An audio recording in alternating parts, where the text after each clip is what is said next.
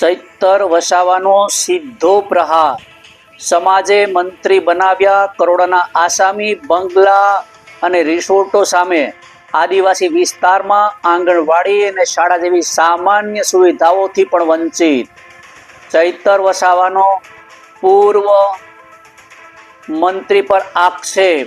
નમસ્કાર, સહજ ન્યૂઝ સાથે હું છું ગોપાલ ભેસાણિયા. વાડથી અમારા પ્રતિનિધિ શિલ્પા શાહ પાસેથી મળતી માહિતી મુજબ છોટા ઉદેપુરના ક્વાટ ખાતે યોજાયેલ જાહેર કાર્યક્રમમાં ડેડિયાપાડાના ધારાસભ્ય ચૈતર વસાવાએ નામ લીધા વગર પૂર્વ વન મંત્રી પર ગંભીર આક્ષેપો કર્યા. તેમણે જણાવ્યું હતું કે ગુજરાતના પૂર્વ આદિજાતિ મંત્રી તથા પૂર્વ વન મંત્રી કરોડો રૂપિયાની આસામી બનીને બેઠા છે.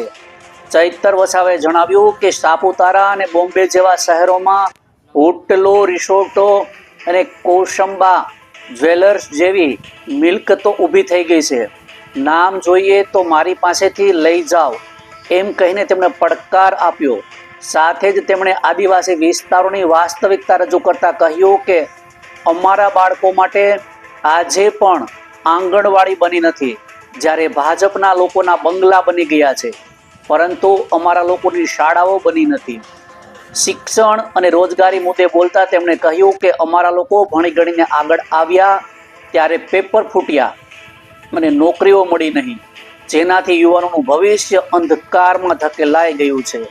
તેમણે ચેતવણી આપી હતી કે જ્યારે પણ અમારી સરકાર બનશે ત્યારે તમામ મુદ્દાઓની વિગતવાર તપાસ કરીશું અને જવાબદાર તમામ નેતાઓને જેલ ભેગા કરીશું. મીડિયા સામે આક્ષેપ કરાયેલા મંત્રીનું નામ પૂછતા ચૈતર વસાવાએ જણાવ્યું કે અઠવાડિયું થોભો, નામ જણાવીશું. આ તો ખાલી ટેલર છે. આ સમગ્ર મામલે પૂર્વ વનમંત્રી ગણપત વસાવા અંગે પરોક્ષ સંકેતો સાથે કરાયેલા આક્ષેપો બાદ રાજકીય માહોલ ગરમાયો છે. રિપોર્ટર શિલ્પા શાહ, સહજ ન્યૂઝ, ક્વાટ.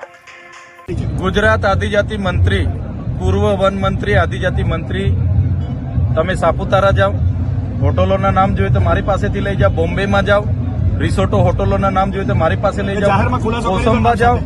કોસંબા જાઓ, ત્યાં જ્વેલર્સના નામ જોઈએ તો મારી પાસેથી લઈ જાઓ.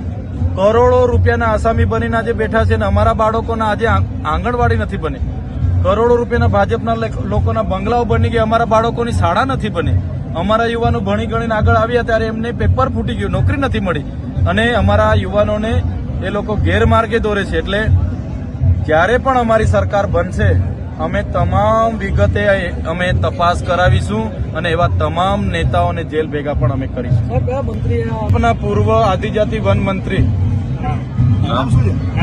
જેણે અહીંયા આવીને ભાષણ કર્યું છે ચૈતર વસાવાનું, આવનારા દિવસોમાં જેણે આદિવાસીના ખોટા પ્રમાણપત્ર ખોટા લોકોને આપ્યા છે, આવનારા દિવસોમાં કોસંબા હોય, સુરત હોય, જેટલા જ્વેલર્સમાં એમની ભાગીદારી છે, જેટલા સાપુતારામાં એમના રિસોર્ટ અને હોટલો મોટલો છે, બોમ્બેમાં, દીવ દમણમાં હોટલો મોટલો છે, 27માં અમારી સરકાર બને છે, એવા બધા જ નેતાઓની ઇન્કવાયરી અમે કરાવીશું. નામ તો બોલો કોણ છે માજી મંત્રી? એ તમને ડિટેલમાં આપું છું, અઠવાડિયું થોભો. આજે ખાલી ટ્રેલર છે, પિક્ચર હવે બીજી મીટિંગમાં તમને બતાવી દઈશ.